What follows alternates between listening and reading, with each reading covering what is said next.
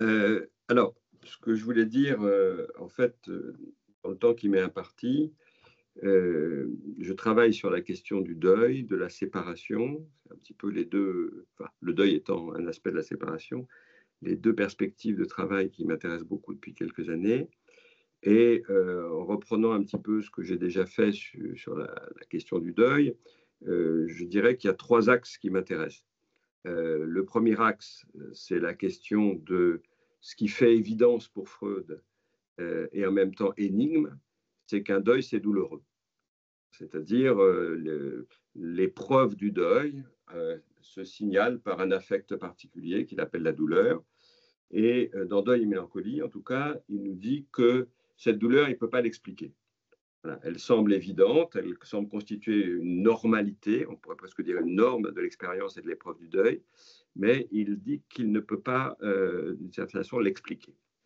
Ça, c'est le premier axe. Donc, depuis que j'ai repris cette question de la douleur, qui est une question difficile en psychanalyse, comment penser la douleur, je me suis aperçu, au regard aussi d'un certain nombre d'expériences cliniques, qu'il ne va pas de soi qu'un deuil se signale à l'expérience du sujet sur le mode douloureux.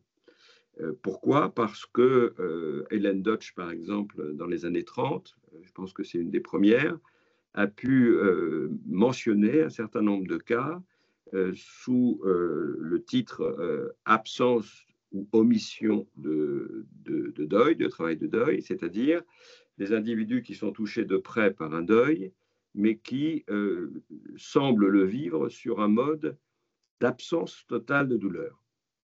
Alors, je dirais, avant de rencontrer ces textes d'Hélène Dodge, j'avais pu faire l'expérience clinique, effectivement, d'un certain nombre de sujets qui pouvaient dire, en toute sérénité, ma mère est morte, un petit peu comme dans L'étranger de Camus, maman est morte, et je suis allé à son enterrement, mais je n'ai pas versé une larme. La seule tristesse qui m'a caractérisé dans cette épreuve, c'est de savoir mon père tout seul. Et bon, donc, si vous voulez, c'est quelqu'un qui, enfin, je pense à quelqu'un en particulier, qui pouvait dire qu'il était un peu étonné de ne pas être affecté, c'était le mot juste, mais qui n'en connaissait pas la raison, etc. Je pense à un autre adolescent, un adolescent qui, ça serait un peu long d'expliquer le détail, mais en tout cas, qui a vu sa mère s'effondrer physiquement, atteinte d'une maladie dégénérative lorsqu'il était adolescent, mais autour de 15 ans, et qui a vécu, lui, une forme, je dirais, de clivage qui consistait à s'éloigner de cette mère malade pour chercher des compagnes amoureuses dans une frénésie amoureuse, dans un comportement passionnellement exagéré, si vous voulez, sans faire aucun lien entre ce qui arrivait à sa mère et ce qui lui arrivait dans sa vie amoureuse. Il y a des noms pour penser ça hein, dans l'histoire de la psychanalyse. Si on s'appuie sur Ferenczi, on peut parler de clivage dans un contexte traumatique, etc. C'est-à-dire que pour se protéger de la douleur, un sujet a recours à des modes de comportement qui sont des types de défense, évidemment, comme la passion amoureuse. Bon. Mais il ne reste pas moins que phénoménologiquement, si on parle avec ces sujets, le premier adulte déjà, l'autre adolescent, ils vous diront « je n'ai rien ressenti ». Alors, la première question, moi, qui m'est venue à la lumière de ces cas cliniques, et à travers les textes d'Hélène Dodge d'abord, de Joyce McDougall ensuite, c'était de me dire, est-ce qu'on peut croire sur parole quelqu'un qui dit « je n'ai pas été affecté par la mort d'un proche ou par une rupture amoureuse, ça ne m'a rien fait ». Vous savez, il y a tout un idiome de ce qui se donne un peu comme une expérience d'indifférence, en tout cas de non-affectation. Et Hélène Dodge est une des premières qui a pensé cette question de l'omission de la douleur, l'omission du travail de deuil. Et elle a une phrase que je cite de mémoire dans un article de 1932, que je trouve remarquable, qui est de dire « ce sont des sujets qui ne peuvent pas contenir la douleur ». Hein. Et j'avais vérifié l'original allemand et l'original anglais, mais là, je n'ai pas sous les yeux, c'était vraiment une problématique de contenance. Hein. Un petit peu comme si on pensait le registre du psychique dans l'ordre spatial, et au sens de la capacité, si vous voulez. C'est-à-dire à la fois la capacité, c'est une puissance, la puissance d'endurer une douleur, d'éprouver le deuil de quelqu'un. Et c'est aussi une contenance, c'est-à-dire la capacité d'une bouteille de vin, ou si vous voulez. Et donc voilà, elle métaphorise la question psychique comme Freud l'avait fait en termes de lieu, d'espace, et elle dit ces sujets n'ont pas la capacité, c'est-à-dire vraiment de contenir la douleur. Donc voilà, ça c'est un chantier de travail qui m'intéresse beaucoup parce qu'il pose métapsychologiquement une question assez simple, hein, qui est de dire, est-il possible réellement de ne pas être affecté? Il se trouve qu'à Marseille, où je travaille avec des collègues, on travaille beaucoup sur l'expérience d'une langue désaffectée. C'est-à-dire, est-ce qu'il est possible de parler de telle façon qu'on a l'impression que personne ne parle et ne prend la parole, que c'est un discours sans émotion, etc. Donc, si vous voulez, il y a une question, moi, qui m'intéresse, hein, c'est à la fois dans l'épreuve du deuil, est-ce qu'on peut prendre à la lettre je n'ai rien senti, ça ne me fait rien, etc. Et dans le registre de l'usage du langage, est-ce qu'on peut avoir un rapport à la langue qui est un rapport désaffecté? Bon, ce qui revient à poser la question aujourd'hui qui nous intéresse beaucoup, je crois, dans la communauté analytique, c'est-à-dire, à nouveau frais, la question de la place de l'affect dans le discours, dans l'expérience, etc. Bon. Et pas simplement la question du signifiant, si vous voulez, pour aller vite. Deuxième champ de recherche qui m'intéresse beaucoup, c'est la question du rapport sujet-objet, enfin plutôt du mode d'articulation des catégories sujet-objet dans l'expérience de la séparation. Si on reprend Deuil et mélancolie, on pourrait dire les choses de manière assez simple, comme ça. Freud pense, selon un schème de vectorisation simple, si j'ose dire, le rapport du sujet à l'objet en termes d'investissement, désinvestissement, réinvestissement. C'est-à-dire le trajet vectoriel, si vous voulez, de la libido dans Deuil et mélancolie, c'est un sujet qui est orienté vers un objet auquel il reprend ce qu'il a placé en lui, c'est-à-dire une charge libidinale, pour soit le réinvestir en lui-même sur un mode narcissique, soit pour le déplacer sur un autre objet. Donc ça pose une question extrêmement intéressante parce que, si, je vais le dire un peu rapidement, peut-être philosophiquement, c'est-à-dire la limite de la psychanalyse freudienne dans la mesure où elle est ordonnée à ce schème vectoriel du trajet du sujet à l'objet. Hein. Si je prends un exemple assez simple que vous connaissez, l'analyse de l'Oedipe, pour un freudien, l'analyse de l'Oedipe, évidemment, elle part de l'enfant qui désire le parent de sexe opposé, pour être simple, hein, et qui vise l'élimination du rival. Et la vectorisation, c'est toujours de l'enfant supérieur, on va l'appeler comme ça, à l'objet investi ou désiré.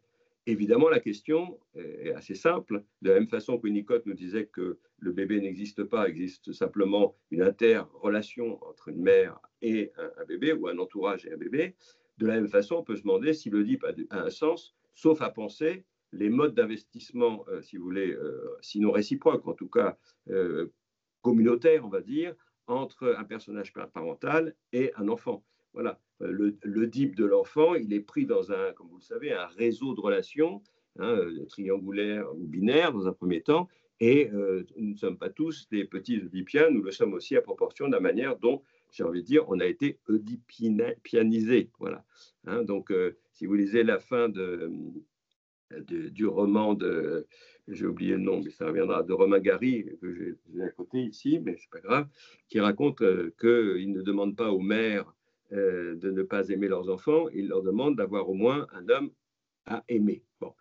Donc, si vous voulez, pour aller vite, la promesse de l'aube. Pour aller vite, la question importante, c'est évidemment comment ça s'articule, hein, ce schème relation sujet-objet, et les polarisations de ce schème, si vous voulez, dans des analyses de Freud ou évidemment dans des analyses cliniques.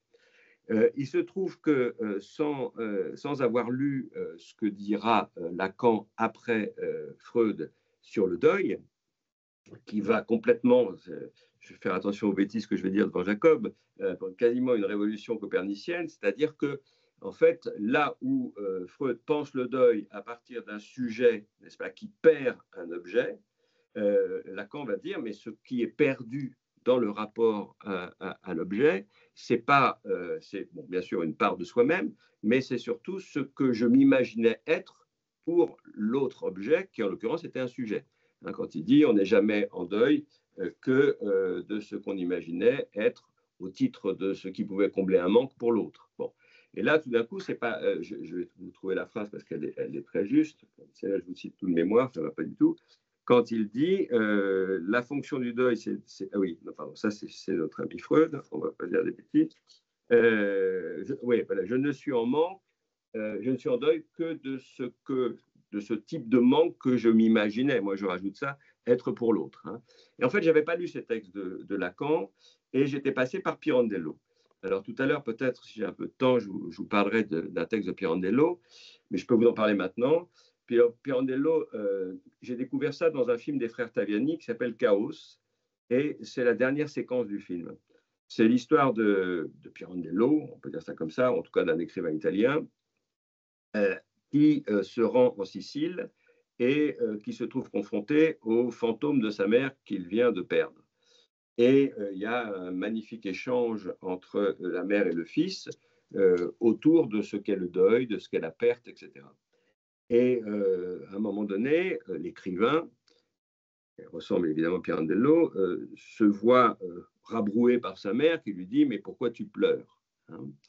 Parce qu'encore une fois, la question de l'expression de la douleur. Et elle lui dit des choses très simples. Elle lui dit « Mais je serai toujours là pour toi, puisque tu vois, tu peux m'halluciner, tu peux rêver de moi, tu peux penser à moi. Et lorsque tu étais à Rome et moi à Palerme, bon, ça ne changeait pas grand-chose. L'absence normait un peu notre relation, etc. » Donc, en fait, elle le renvoie à sa puissance de pensée. Hein. Je peux continuer à habiter ta pensée, tu peux m'interpeller, etc. Et là, c'est une réponse absolument magnifique. Il lui dit, oui, maman, mais la différence, c'est que maintenant, je sais que toi, tu ne peux plus penser à moi.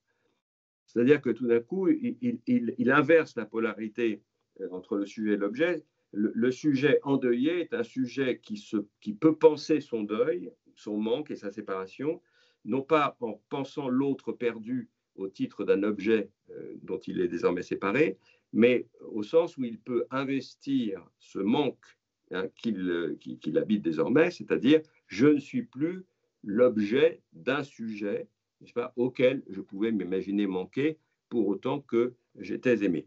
Et donc ça, c'est très intéressant parce que ça a l'air évidemment très simple comme ça, mais ce n'est pas la même chose de penser l'expérience du deuil à partir de j'ai perdu quelqu'un ou quelque chose et de dire finalement je suis perdu, de ne plus être investi réellement ou imaginairement par le manque de l'autre.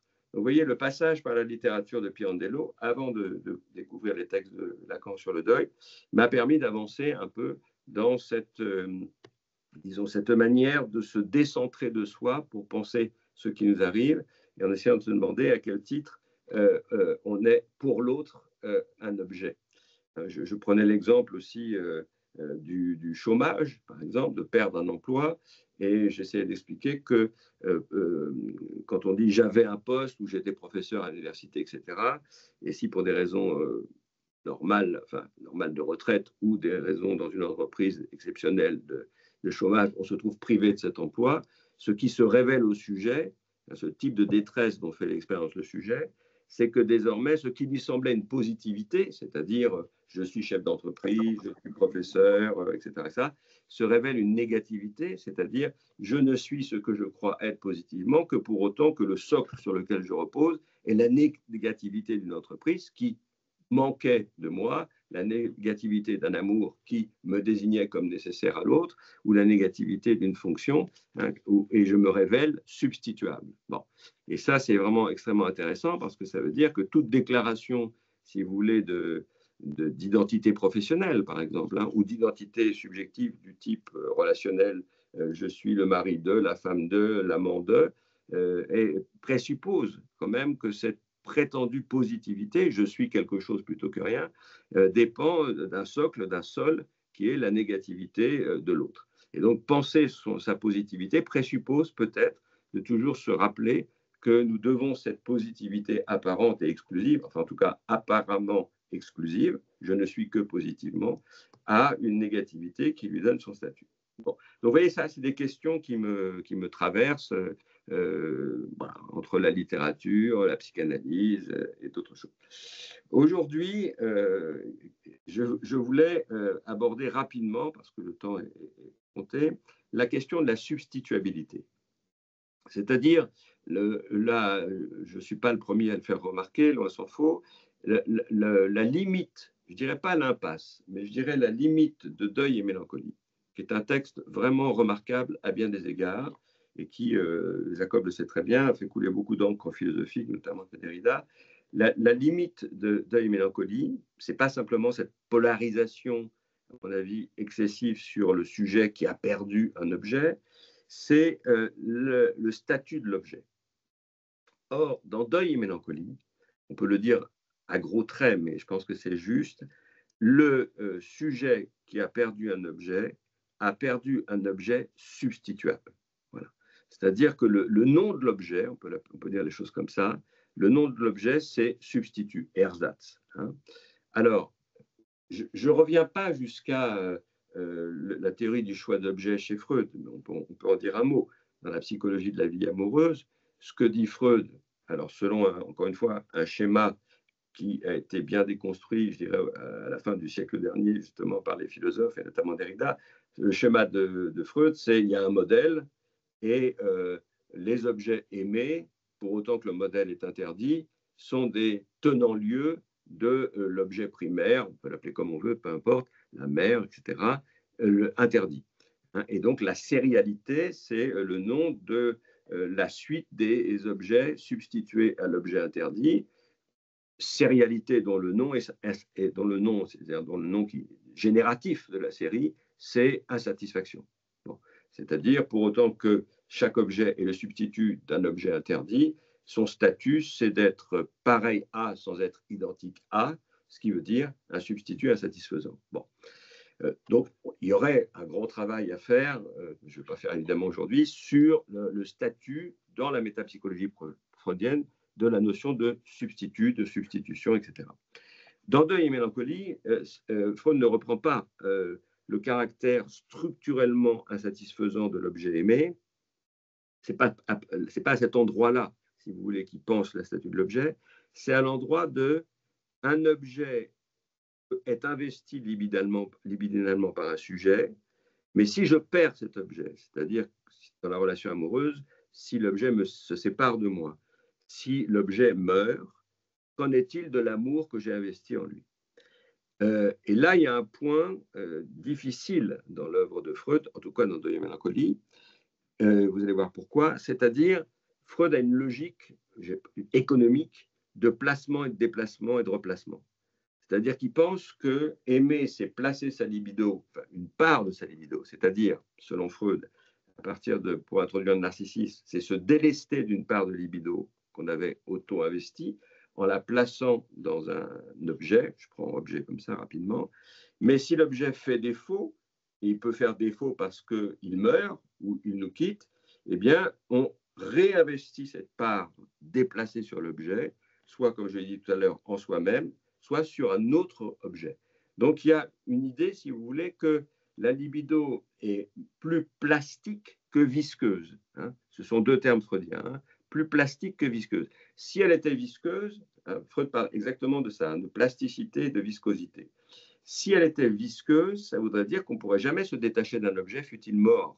Jamais. Si elle est plastique, ça veut dire qu'on pourrait récupérer, dire, sa mise libidinale et la déplacer vers un autre objet.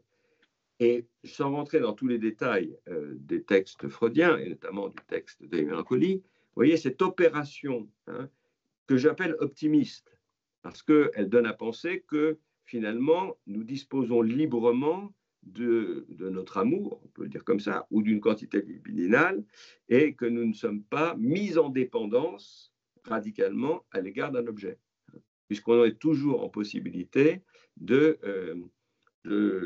reprendre sa mise. Ça, c'est la grande ligne qui m'intéresse beaucoup dans Deuil et mélancolie. Ce n'est pas la seule. L'autre qui m'intéresse beaucoup, mais je reviendrai sur la substitution, je regarde l'heure, c'est la question de, comment dire les choses, de la langue, de l'idiome du deuil. Je pense que si on lisait de près Freud, on s'interdirait à jamais de dire, de parler de comme dirait Hannah Arendt, de fabrication du deuil. Faire son deuil, ne pas faire son deuil, il a fait son deuil, il n'a pas fait.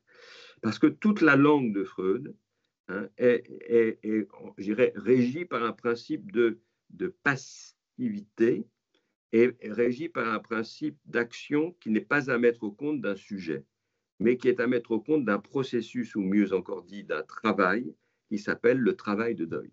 C'est-à-dire le véritable sujet de l'action du deuil, ce n'est pas le sujet, c'est le deuil.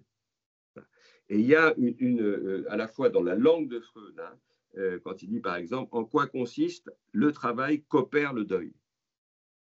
C'est-à-dire il y a bien un travail psychique, mais ce n'est pas le sujet qui volontairement, intentionnellement et en régulant, si vous voulez, le cours des choses, c'est-à-dire le cours de la séparation, maîtrise le processus. On pourrait dire qu'il y a une théorie de la subjectivation extrêmement intéressante de deuil et mélancolie, c'est qu'en fait, le deuil est un processus qui produit un effet qui s'appelle l'endeuillé, si vous voulez, ou qui s'appelle le sujet endeuillé. Et ça, les phrases sont extrêmement précises. Je ne peux pas toutes vous les lire parce que ce serait un peu long, mais toutes les phrases de deuil et mélancolie, vous devez vous dire quel est le sujet du verbe. Quel est le sujet du verbe? Et le sujet du verbe, ce n'est pas un sujet, justement. Ce n'est pas un sujet qui est cause d'un processus, c'est un sujet qui est effet d'un processus. Et ça, c'est intéressant parce que c'est bien marqué dans la langue allemande, mais à chaque fois que Freud en parle du travail de deuil, comme il parlait, vous savez très bien, quand il parle de perlaboration, en allemand, c'est Durcharbeiten. Là, c'est pareil, c'est un processus qui produit un effet qui serait la capacité de perlaborer un traumatisme, etc. Mais si vous reprenez les phrases, en quoi consiste le travail qu'opère le deuil? Bon, le deuil, c'est le sujet de travailler. Le deuil est la réaction à la perte d'une personne. Le deuil est un processus qui a des effets de réaction. Quand il parle de détachement de la libido, il ne dit pas que je décide de détacher ma libido de l'objet. Ça se détache ou ça ne se détache pas, ça se cramponne, comme dit très bien Freud dans un texte qui s'appelle Actuel sur la guerre et la mort, et il y a une partie sur le deuil, c'est Klammernd, ça se cramponne, c'est-à-dire, voilà, tout ça, ce n'est pas régi par une volonté, c'est régi par la puissance d'effet ou d'effectuation d'un processus. Quand il dit la réalité, enfin, l'épreuve de la réalité a montré que l'objet n'existe plus, c'est le sujet du verbe montrer, c'est l'épreuve de la réalité. C'est-à-dire, on a l'impression que Freud a tout à fait conscience que dans la vie psychique, ce qui est à l'œuvre, ce sont des processus. Ce qui fait que je suis toujours gêné un peu par l'usage du concept de sujet de l'inconscient dans la communauté lacanienne. Je comprends le paradoxe de l'expression, mais j'ai envie de dire que je préfère l'expression processus pour dire qu'est-ce qui se passe dans la vie psychique de quelqu'un quand il perd quelqu'un. Il se passe qu'il est traversé et travaillé, c'est le cas de le dire, par des opérations de détachement, des opérations qui relèvent d'une plasticité ou d'une viscosité, mais que l'endeuillé, lui, il est à chaque fois la résultante des opérations psychiques qui, j'ai presque envie de dire de manière impersonnelle, régissent son expérience de séparation. Alors, vous aurez l'occasion de le regarder, mais quand il dit l'épreuve de réalité a montré que l'objet n'existe plus, mais on a envie de dire qui est-ce qui a montré? C'est l'épreuve de réalité. Qui opère l'épreuve de réalité? Ce n'est pas sûr que ce soit un sujet. En tout cas, le sujet, lui, il est affecté par cette épreuve de réalité. Il y a un très beau passage de Deuil et mélancolie que vous connaissez sûrement, et je vous le lis. Le moi qui se voit, pour ainsi dire, demander s'il veut partager ce sort. Le moi qui se voit, pour ainsi dire, demander s'il veut partager ce sort, c'est-à-dire le sort du mort, accompagner le mort dans la mort. C'est-à-dire se laisser entraîner, s'il veut se partager ce sort, ou se laisser entraîner par la somme de ses satisfactions narcissiques à rester en vie. Vous voyez? C'est-à-dire, ça se joue en lui, c'est-à-dire qu'il y a des forces en lui qui lui proposent, on peut dire ça comme ça, ou en tout cas, il lui est demandé par ces processus en lui, veux-tu suivre le mort dans la mort, c'est-à-dire conjurer, annuler la séparation en mourant toi-même, ou veux-tu te laisser persuader par la somme des satisfactions narcissiques à rester en vie, c'est-à-dire survivre à la mort du mort. Et c'est extrêmement intéressant, c'est-à-dire qu'à chaque fois, c'est pas un débat réfléchi, distancié. Bon, quels sont mes intérêts pour que je reste en... C'est pas du tout ça. C'est un jeu de force, hein, au même titre que Foucault disait que le droit est la forme d'un rapport de force. On a envie de dire qu'à un moment du deuil, parce que le deuil est un processus qui connaît ses rites, ses accélérations, ses décélérations, ses régressions, ses progressions, on a envie de dire, à un moment donné, la résultante du rapport de force contradictoire entre demeurer en vie, c'est-à-dire survivre, et suivre le mort dans la mort, produit un état donné de résolution. Donc on peut très bien passer par la résolution, je préfère mourir parce que c'est trop douloureux, même si fantasmatiquement, j'aimerais rejoindre le mort dans la mort, mais je ne suis pas sûr de le faire. Et à un autre moment, on peut dire, la vie a quand même son poids et sa valeur, même si je la vivrai, cette vie à venir, sans l'autre. Bon, mais ce n'est pas des décisions à mettre. Et là, il y a vraiment, je ne sais pas comment l'appeler, une sorte de régime impersonnel, si vous voulez, de la langue de Freud pour essayer d'être au plus près de ce qui constitue vraiment l'opération de séparation et de deuil. Ça, c'est une des choses très importantes à noter. Je reviens sur la question de la perte et la question de la substituabilité. Je pense que ce que Freud on a fait un procès à Freud, si vous voulez, en lui disant, bon, pas tellement à son époque, mais en disant, voilà, quel sens ça a de penser dans le registre sujet-objet, comme je l'ai dit tout à l'heure, dans le registre comptable de l'investissement libidinal et de sa quantité, déplacement, replacement, etc., l'épreuve du deuil. La première chose intéressante que je trouve dans ce texte, c'est qu'en fait, vous vous souvenez peut-être, Freud dit, pour penser la mélancolie, il me faut penser le deuil normal.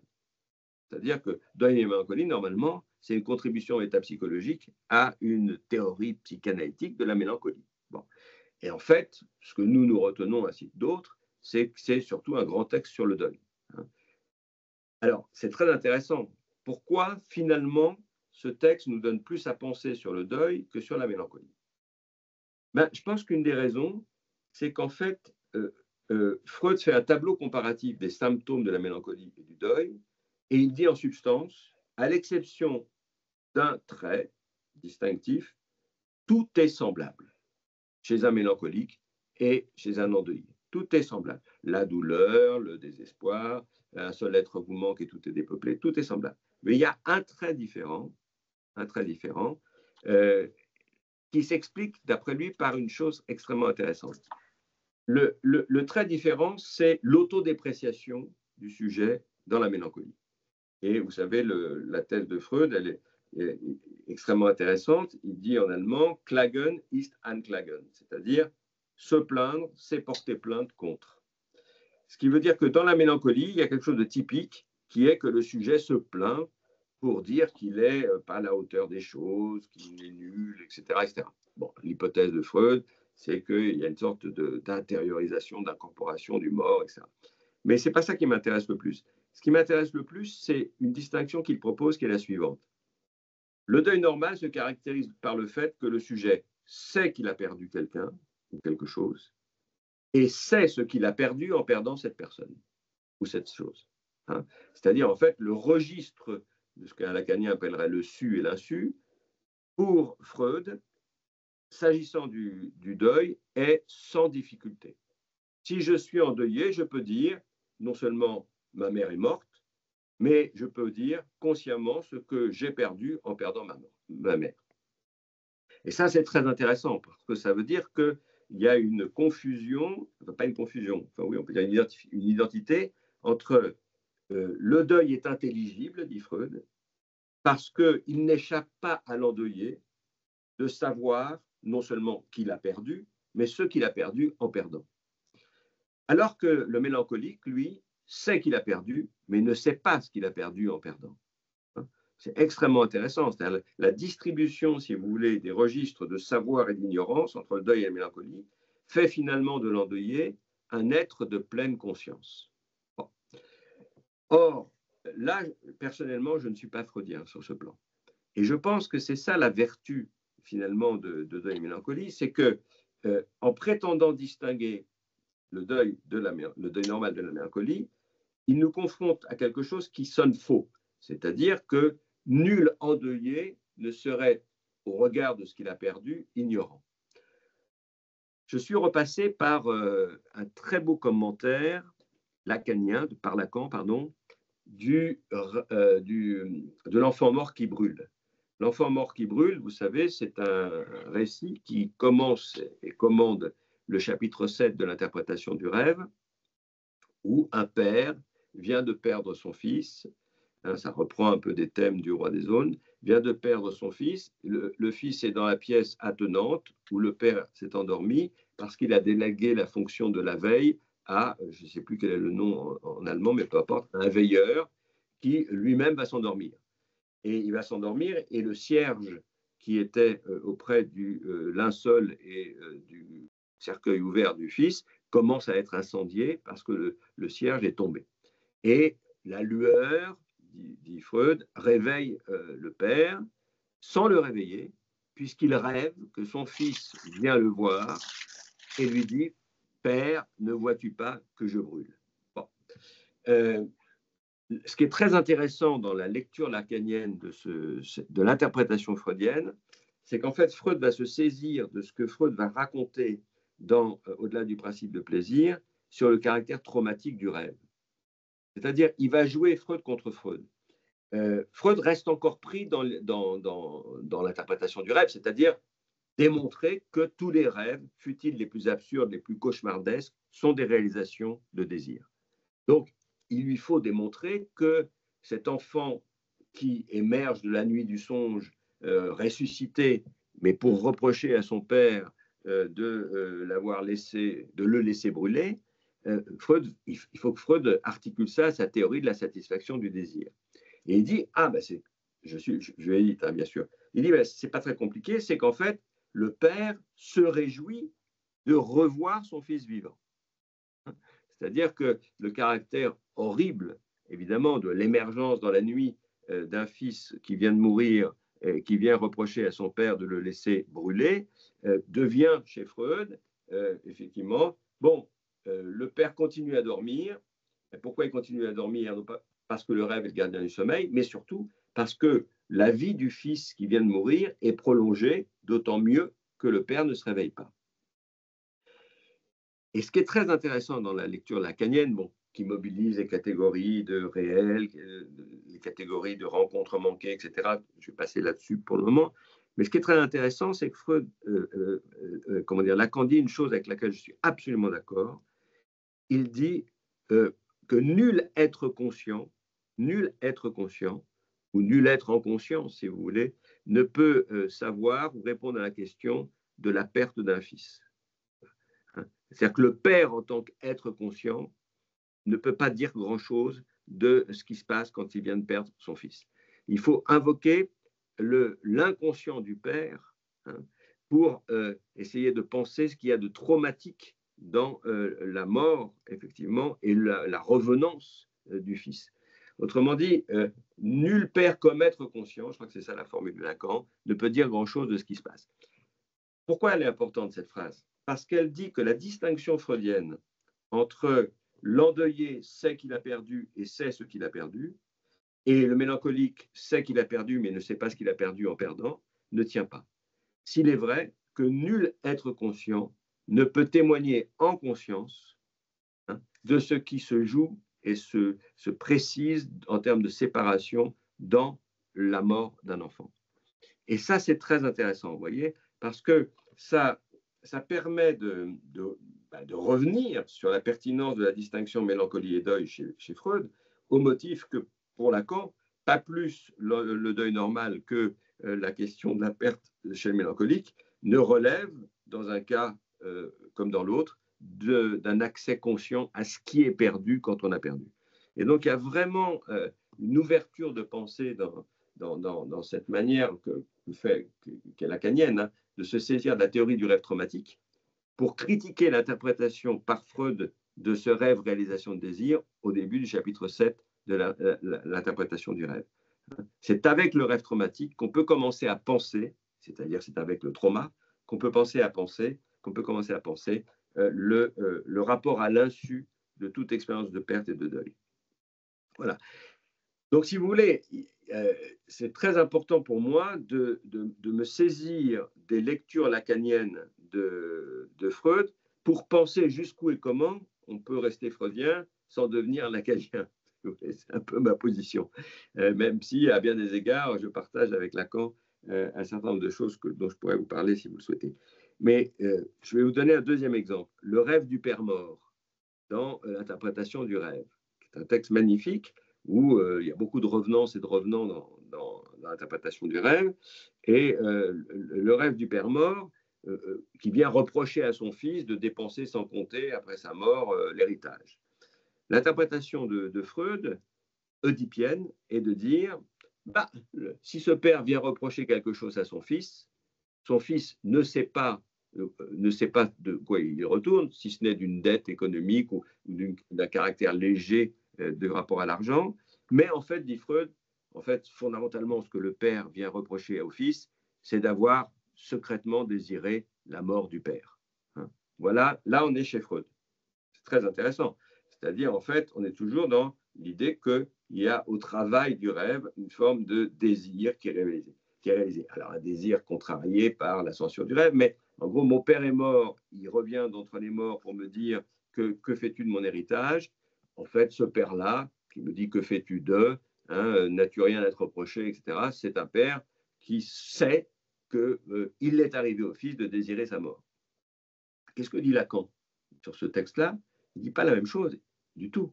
Il ne, sans nécessairement éliminer l'hypothèse oedipienne, il dit, mais bon, il y a un petit problème, c'est qu'en fait, quand un fils perd son père, ce qu'il perd en perdant son père, c'est l'écran que la vie du père, c'est l'écran interposé par la vie du père entre le fils et sa prochaine mort. C'est-à-dire, évidemment, on a pu dire, ah, mais ça, c'est du Heidegger, revisité par Lacan, etc. Mais la question, elle n'est pas là. La question est de se dire que chez Freud, vous voyez, au moins jusqu'en 1920, il y a une difficulté à penser le caractère traumatique. De la même façon, je dirais, jusqu'à des expériences que je vais vous nommer, il y a des difficultés chez Freud à penser l'insubstituabilité. L'insubstituabilité, c'est le nom de l'impossibilité d'une opération de substituabilité. Encore une fois, il m'a fallu passer par la littérature et je vais le retrouver parce que j'avais beaucoup de choses à vous dire, il y a un poème de Pier Paolo Pasolini qui s'appelle L'insubstituable, où, bon, si je ne le retrouve pas tout de suite, c'est pas grave, où il dit clairement, supplique à ma mère. En italien, c'est supplica a mi madre. Et à un moment donné, il dit la chose suivante, tu es irremplaçable. En italien, c'est insostituibile. Pour cela, la vie que tu m'as donnée est vouée à la solitude. Je répète, tu es irremplaçable. Pour cela, la vie que tu m'as donnée est vouée à la solitude. Moi, il m'a fallu passer par la littérature. Tout à l'heure, je citais Pirandello. Là, je peux vous citer Pasolini. Je pourrais vous citer Romain Gary. Je pourrais vous citer d'autres écrivains, Albert Cohen dans le livre de ma mère, c'est-à-dire des écrivains qui témoignent de l'insubstituable.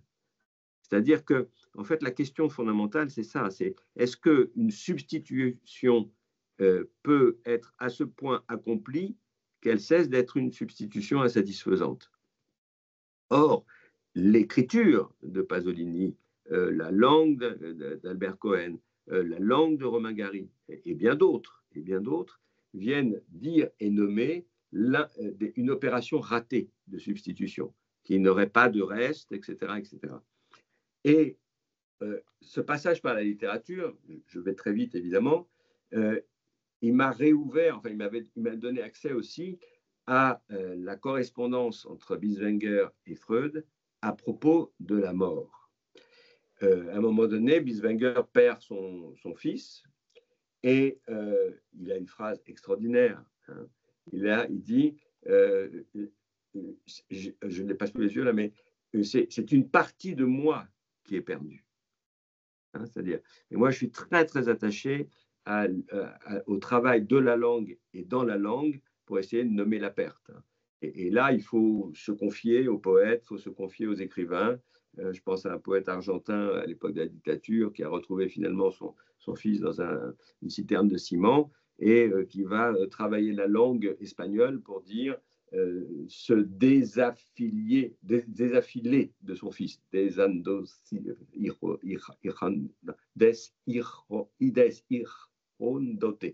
Voilà, c'est très intéressant. Bon, mais vous voyez la notion d'insubstituable, c'est-à-dire euh, on peut continuer à aimer. Là, c'est une problématique de la position libidinale. Mais on ne peut pas prétendre ne rien perdre de la personne qu'on a perdue. C'est impossible. Rappelez-vous de ce film de Hitchcock, Vertigo, que j'ai commenté souvent avec mes étudiants à Paris 8. C'est un film extraordinaire pour tout ça. Hein, vous avez tous vu ou peut-être pas vu, je ne sais pas, le film. Hein, c'est l'histoire d'un homme qui tombe amoureux d'une femme. Je ne raconte pas les détails parce que si vous avez la chance de ne pas l'avoir vu, il faut vous précipiter. Et qui va perdre cette femme jusqu'à ce qu'il rencontre une femme qui lui ressemble beaucoup. Mais c'est déjà bien, elle lui ressemble beaucoup. Mais ça ne lui suffit pas puisqu'il va lui demander d'être la copie parfaite de la première. Bon, je ne peux pas vous révéler le fond policier de l'histoire, sinon ça vous gâcherait le plaisir. Mais vous voyez, il y a dans Vertigo d'Hitchcock une pensée de la pulsion d'identité, on va l'appeler comme ça. C'est-à-dire, je veux le même, je veux la même. Hein. Je ne veux pas une femme qui ressemble à la première ou qui ressemblerait à ma mère, pourrait-on dire. Je veux le même, c'est-à-dire le double absolu. Et dans Vertigo, c'est absolument magnifique parce qu'il va réhabiller la seconde femme comme la première. Et pour cela, il va dans un magasin et il demande un tailleur. Mais le tailleur qu'il demande, gris, on ne l'a plus parce que c'est le tailleur de l'année dernière. Et jusqu'à ce que la vendeuse comprend que c'est le tailleur de l'année dernière. Parce qu'il veut la copie parfaite. Bon. Regardez ce film, pour cela est très bien. Et donc, à un moment donné, comme vous le savez peut-être, Freud perd sa fille Sophie. Et il dit que ça ne lui a pas fait grand-chose. Hein. Il y a une formule un peu comme ça. Il ne dit pas que ça ne lui a rien fait. Il dit ça, dans la correspondance avec Bézinger, il dit que ça n'a pas fait grand-chose. Jusqu'à ce qu'il perde le fils de sa fille Sophie. Et là, il dit, je serai inconsolable parce qu'il fait l'expérience là de l'irremplaçabilité. Alors, certains ont dit oui, mais c'est normal, c'est un vieillard qui n'est pas très loin de sa mort, son cancer est avancé, donc il n'a plus goût à la vie, etc. Oui, c'est peut-être ça. Il y a peut-être une composante contingente dans le rapport à l'insubstituable qui est des circonstances telles notre âge, etc. Mais il y a quand même l'idée qu'il y a quelque chose là qui permet à Freud de, je ne suis pas sûr si on peut dire penser, mais en tout cas de dire que on peut pas, il y a de l'inconsolable, il y a de l'insubstituable, et qu'effectivement, alors que à la fin de l'interprétation du rêve, il disait textuellement, il n'y a que des revenants. Il n'y a que des revenants. C'est-à-dire, c'est une phrase magnifique que j'aime beaucoup, ça veut dire, les advenants ne sont que des revenants. Toutes mes nouvelles amitiés ne sont que d'anciennes amitiés que je ne reconnais pas. Toutes mes nouvelles, mon nouvel amour, si vous voulez, qui paraît nouveau, précisément, hein, est un retour de quelque chose qui a déjà eu lieu, qui s'est déjà produit. Ça, c'est le Freud de l'interprétation du rêve. Mais le Freud, grand-père qui vient de perdre son petit-fils, écrit à Bieswanger, il y a de l'inconsolable. C'est-à-dire, il y a quelque chose qu'on n'espère même pas voir revenir sous le nom d'un substitut, parce qu'il n'y a pas de substitut. Hein. Perdre sa fille, c'est une chose. Perdre le fils de cette fille qu'on vient de perdre, c'est trop. Et là, il faut que dans la langue, il puisse dire à Bieswanger et partager avec Bieswanger que c'est trop. Bon, je vais très vite, hein, parce que comme ça, on parlera, ça sera très bien. Et dernièrement, j'ai lu un livre que je vous recommande de Paul Auster qui s'appelle Baumgartner. C'est le dernier livre de Paul Auster. Il est mort quelque temps après. C'est un livre sur le deuil. Vous allez me dire, je suis un peu obsédé parce que je lis tout ce qui concerne le deuil. C'est un livre sur le deuil. C'est un livre magnifique, comme la plupart des livres d'Auster. Mais ce que j'aime beaucoup dans ce livre, c'est qu'à un moment donné, il y a un rêve. Le personnage, qui a perdu sa femme il y a 10 ans, fait un rêve. Voilà ce qui se passe en substance. Il ne sait pas qu'il s'endort et il ne sait pas qu'il rêve. mais il entend le téléphone rouge qui était dans le bureau de sa femme, lequel bureau de sa femme est resté intact depuis 10 ans, sonner. Il s'étonne de cela, puisque dans le rêve, bien sûr, il se dit que ce téléphone ne devrait plus jamais sonner. Finalement, et il entend la voix de sa femme qui lui dit hello, etc. Et il y a un très très beau passage, vraiment très beau, où elle lui dit je suis dans tout le monde s'est trompé sur la vie après la mort, c'est pas lieu, c'est pas ceci, c'est pas cela, on existe comme quelque chose de subatomique, etc. Mais elle lui dit je voulais te dire que je vis là où je suis et sous la forme que je suis tant que tu penses à moi. Hein. C'est-à-dire, qu'est-ce qui se passe? Et le jour où tu ne penseras plus à moi, je ne vivrai plus. Mais pour le moment, je sais, moi qui suis morte, que tu penses à moi. Et le fait de savoir que tu penses à moi me maintient vivante. Et donc, déjà, c'est très intéressant ça. Mais ce qui est intéressant, c'est de se rappeler que c'est un rêveur qui rêve. Autrement dit, je rêve que ma femme m'appelle au téléphone pour me dire que quoi qu'elle morte, elle sait que je pense à elle. Et donc, je construis un scénario, hein, où d'une certaine façon, elle s'adresse à moi pour me dire, je suis l'objet de ta pensée, et c'est le fait d'être l'objet de ta pensée me rend vivante. Mais moi, grâce au fait que je sois l'objet de ta pensée, je peux entrer en toi et penser ce que tu penses. Bon. Alors, je ne vais pas rentrer dans le détail parce que j'ai beaucoup travaillé ce passage de Paul Auster, mais qui est vraiment très beau.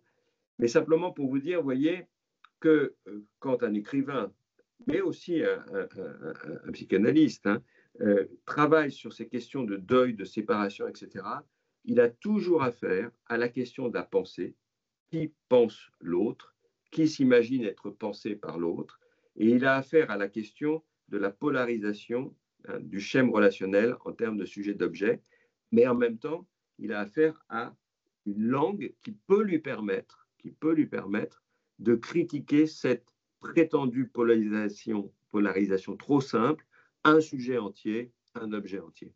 Hein.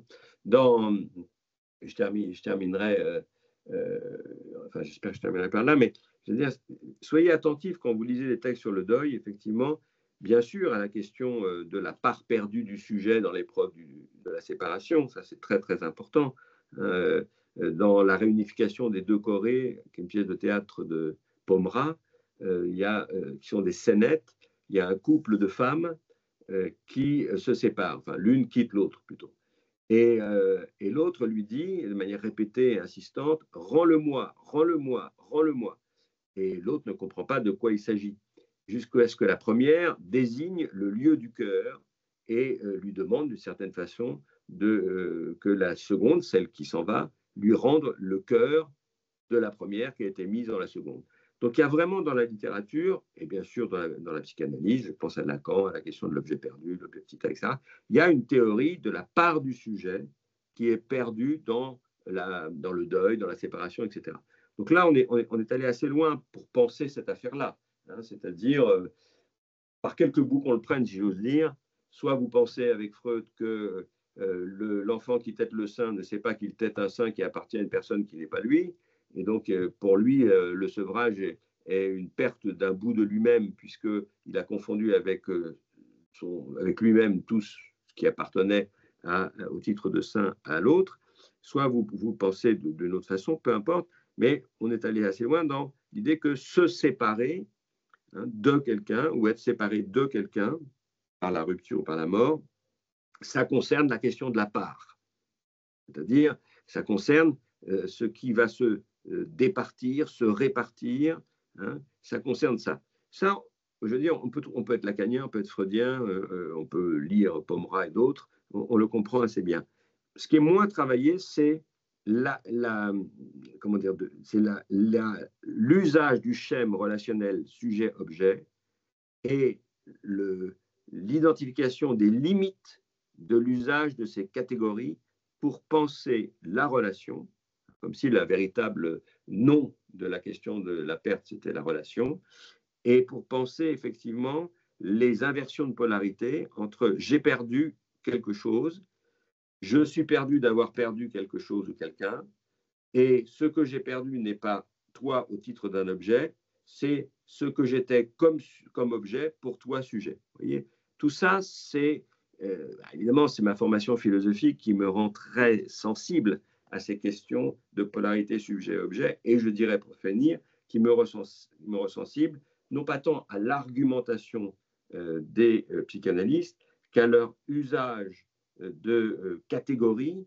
qui sont des catégories philosophiques, évidemment, que nous connaissons bien si on est passé par là, et qui produisent des effets d'intelligibilité, mais aussi qui confrontent à des impasses, si vous voulez, à la fois cliniques, parce que si on croit qu'il y a un côté un sujet, de l'autre côté un objet, et non pas une relation avant tout qui détermine les polarités respectives, ben on ne comprend pas grand-chose à ce que raconte un patient. Et si on pense que faire l'épreuve d'une perte, c'est faire toujours et encore c'est faire l'épreuve d'un objet, au sens d'une entièreté, on ne comprend rien, parce que ce n'est pas un objet qu'on perd, c'est une relation qui est redéfinie, repensée, etc. etc. Voilà, j'essaye, oui, j'ai pas lu mes notes, parce que ça, j'ai essayé d'associer et de construire, j'espère pas trop mal, des petits repères pour qu'on ait le temps de discuter. Je vous remercie. Bon. Écoute, merci beaucoup Jean-Pierre. Hein. Bon, je suis un peu pressé au niveau du temps. Là, tu as joué le jeu, quoi. Mais du coup, effectivement, on a du temps pour discuter peut-être 3/4 d'heure, enfin, tant que les gens se passent là. J'ai beaucoup aimé ce que tu as fait. Je trouve que c'était vraiment puissant, quoi. Ça laisse éprouver la puissance de la pensée que la psychanalyse peut nous donner, quoi, peut nous accorder. Ça, c'est toujours bon à entendre, toujours intéressant à entendre. J'ai une petite question, mais vraiment, c'est peut-être au fond anecdotique, mais à un moment donné, tu as dit que tu voulais rester freudien sans devenir lacanien. Or, ce n'est pas tout à fait ce que tu as fait, puisque tu as, à mon avis, très fine, c'est-à-dire non dogmatique, parce que il y a aussi un lacanisme d'école qu'on connaît tous et qui nous casse tous un peu les pieds, mais c'est pas du tout comme ça que tu as procédé. Sur certains points, tu as montré comment Freud avait des limites, il était enfermé sur ce cas précis dans une conception de l'objet substituable, de relation extérieure entre le sujet et l'objet, une conception que tu appelais économique, une logique économique de l'investissement en termes de placement et de déplacement. Et quelque part, Lacan permettait de penser ça autrement. Et là, la relecture des rêves, de l'interprétation freudienne des deux rêves qui tournent autour du père et du fils d'ailleurs à chaque fois, a montré comment Lacan permettait d'avancer. Donc je ne sais pas pourquoi tu dis que tu veux rester freudien sans devenir lacanien. Quoi. Non, je pense que c'est un peu une boutade pour deux raisons. Une raison clinique qui est que je ne souscris pas à la pertinence clinique des séances à durée variable. Bon, mais c'est un débat entre psy. Et je suis, comme toi un peu, enfin peut-être plus que toi encore, excédé par non pas le jargon lacanien, parce qu'il a sa légitimité conceptuelle, etc., mais par l'usage irréfléchi et non critique des textes de Lacan. Parce que ça me pose un grand problème. Mais alors, c'est de plus en plus rare dans la communauté analytique, quand même. Bon, ça reste un peu, comme vous le savez, la sphère un peu de la cause freudienne. Mais oui, là, je pense qu'il y a un problème. Bon, en Amérique du Sud encore plus qu'en Europe, mais non. Mais tu as très bien saisi la chose. Bien souvent, les lectures lacaniennes de Freud, donc là, je peux avoir les deux textes en comparaison, hein, me semblent extrêmement révélantes. C'est-à-dire, on pourrait dire, comme on disait quand on était jeune, d'un impensé de Freud. C'est-à-dire une forme d'optimisme radical, de déni de la perte. Voilà, là, il y a des choses oui, optimisme est le mot juste, parce que ça veut dire, bon, il n'y a pas de perte sèche, comme disait Alouche, c'est que vraiment, il y a quelque chose qui est récupérable, quoi. Voilà. On a placé, hein, c'est comme si vous aviez placé votre argent dans une banque, que la banque a été détruite, il reste le coffre-fort et vous reprenez votre coffre-fort. Bon, et vous le mettez dans une autre banque. Bon, évidemment, on a l'impression que qu'il n'y a pas d'entame du sujet, qu'il y a quelque chose. En fait, l'idée intéressante, c'est la mise à disposition, quoi. Hein, ma libido relève de mon agir, oui. Et tu as raison, Jacob, tu as tout à fait raison. Bon, en fait, bon, je ne veux pas monopoliser la parole, mais j'ai deux questions à te poser. La première, c'est sur. Bon, je trouve ça très, très intéressant ce que tu as dit sur le substituable et l'insubstituable. C'est aussi une catégorie chez Lévinas, mais bon, laissons ça de côté, c'est un sens différent. Alors, tu dis au fond, bon, Freud fait comme si tous les objets perdus étaient substituables, et donc au fond, il n'y avait pas de perte radicale, il n'y avait pas d'inconsolable ou d'irremplaçable. Oui. Bon, mais en même temps, tu as rappelé aussi, je trouve que ça contredit un peu les choses, quoi. Tu as rappelé que dans la théorie du choix d'objet, pour Freud, là je te cite, chaque objet le substitue l'ersatz de l'objet primaire interdit qui est la mère. Et donc, ça entraîne une insatisfaction indépassable. Alors ça veut dire que dès le départ, la mère est insubstituable, hein, puisque tous les substituts que les sujets se trouvent dans la vie ne sont jamais que des ersatz, c'est-à-dire des tenants-lieux, forcément insuffisants, insatisfaisants. Ce serait d'ailleurs un point intéressant parce que ce serait un point de divergence forte entre Freud et Derrida, pour qui, bon, il y a une substituabilité quasiment indéfinie. Il faut, la question de l'origine est barrée ou raturée. Moi, je pense que Derrida se trompe sur cette question comme sur d'autres, mais ça, c'est un autre problème. Non, non, c'est tout à fait juste. C'est Freud dans le rapport à la mère. C'est tout à fait juste. D'abord, pour Derrida, tu te rappelles dans la grammatologie, quand il parle de la maman de Jean-Jacques Rousseau, il dit que, plutôt quand il parle de Madame de Varins, qui est la maîtresse du jeune Jean-Jacques, qu'il appelait maman, il dit, bon, cette maman, c'est peut-être en écho à la mère qui est morte en couche de Rousseau, mais elle-même était déjà, voilà. Donc, il n'y a pas d'origine absolue.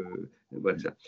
Alors, tu as tout à fait raison. Je n'avais absolument pas, écrit des choses là-dessus, sur psychologie de la vie amoureuse, que je connais un petit peu, mais c'est en associant tout à l'heure, comme ça, un peu de manière improvisée, sur la notion de substitut chez Freud, que je me suis surpris à parler de la sérialité. Et tu as tout à fait raison. C'est-à-dire que, et là, ce serait un travail à effectuer, de comparer l'usage que fait Freud de la notion de substitut dans la psychologie de la vie amoureuse. Là, vraiment, il est dans un registre, je dirais, on a envie de dire platonicien de manière immanente, mais de dire il y a un modèle et il y a des copies. Et par définition, le modèle est toujours la référence, l'absolu, au regard duquel toutes les copies sont dévaluées parce que ce sont des copies. Et effectivement, le régime de succession des objets, qui pose une question vraiment importante là, c'est-à-dire pourquoi il y a attachement. Pourquoi, non pas pourquoi on choisit un objet, parce que ça, pourquoi on choisit un objet, Freud prétend avoir la réponse, parce qu'il est à l'image de l'objet interdit. Hein, mais pourquoi c'est insatisfaisant? La réponse de Freud est un peu rapide. Il dit parce que ce n'est qu'une copie, hein, comme Platon dirait ça. Bon. Mais il y a une chose qui est importante, qui ne pense pas, pourquoi on s'attache? C'est-à-dire pourquoi il y a quelque chose qui se fixe? Pourquoi on reste avec une femme 20 ans, 10 ans, 50 ans, peu importe, mais il y a un moment donné, pourquoi on n'est pas Don Juan? C'est-à-dire qui ferait défiler indéfiniment de manière ininterrompue, etc. Alors, donc tu as tout à fait raison, c'est venu comme ça associativement, mais si on compare deuil et mélancolie, voire même l'interprétation du rêve, où tous les advenants sont des revenants, on a l'impression qu'il n'y a pas de perte, parce que là, il dit vraiment, il dit, je me suis toujours arrangé dans la vie pour avoir un ami haï et un ami aimé en même temps. Hein, c'est-à-dire, c'était comme ça que j'avais mon rapport à mon cousin John, etc. Il dit donc, finalement, voilà, vous voyez, il y a une sorte d'usage du rapport aux autres, et je comprends que tu penses à Lévinas, hein, usage du rapport aux autres, qui est tenez lieu de. Mais on a l'impression que dans l'interprétation du rêve, et surtout dans Deuil et mélancolie, il n'y a pas d'insatisfaction. Il n'y a pas d'insatisfaction. C'est-à-dire que là, tu as tout à fait raison. C'est-à-dire comment ça peut s'articuler, cette intelligence de l'insatisfaction perpétuelle, au titre du fait que tout objet est un substitut, et une sorte d'optimisme, comme je l'ai dit tout à l'heure, dans Deuil et mélancolie, où il est dit, mais finalement, un autre ou une autre fera bien l'affaire. Ouais, pour c'est aller ça. un peu bien vulgairement. Donc ça, je suis tout à fait sensible à ça, et c'est bien que tu l'aies pointé parce que ça donne envie de reprendre cette question. Ouais, visiblement, il y a une tension là chez Freud. Oui. Alors, ma seconde question, après je me tais, hein, c'est une grande question quand même. Bon, je pense au texte qui est maintenant devenu quasiment canonique, hein, de Nicolas Abraham et Maria Oui, Torok sur Rejeté, incorporé. Je trouve que oui, là, il y a une nouvelle manière enfin, il y a une réélaboration forte de la question du deuil. Alors, il faudrait quasiment tout un séminaire pour en reparler, oui, mais ça met en c'est jeu les vrai, questions de crypte, absolument. et comme l'idée que bon, le deuil normal caractérise par une introjection qui passe par le langage, par le dire. Donc ça revient Oui, à ce que tu disais au début sur la langue désaffectée, sur oui, l'impossibilité de dire. Bon, c'est dire la perte, quoi. Ce qui est oui, peut-être différent que savoir ce qu'on a perdu, mais au moins le dire. Et ça permet l'introjection parce que, contrairement à Freud, il ne pense pas le deuil comme une sorte d'expulsion de l'objet perdu, mais plutôt comme une introjection qui consiste au fond à supporter la perte oui, et donc à survivre tôt ou tard, quoi. Le deuil oui, réussi. Mais alors, ils distinguent de cela lorsque cette parole n'a pas pu être dite, et ça renvoie sans doute, bon, j'ai relu là récemment leur texte là, pour préparer cette séance, bah, ça renvoie à quelque chose qui n'a pas eu lieu entre la mère et l'enfant. Ça renvoie à quelque chose de oui, très, très ordinaire. À ce moment-là, bon, le deuil peut pas être dit, et là, il y a cet autre processus qui se substitue à l'introjection impossible et qu'ils appellent l'incorporation, qui pourrait être un fantasme. Alors, c'est pas tout à fait, enfin, c'est pas du tout même l'incorporation au sens où l'entend de Freud et l'autre Abraham, là, le disciple de Freud, Karl, où c'est plutôt lié à la dévoration. Oh, si, ça a comme un rapport à ça, quelque part.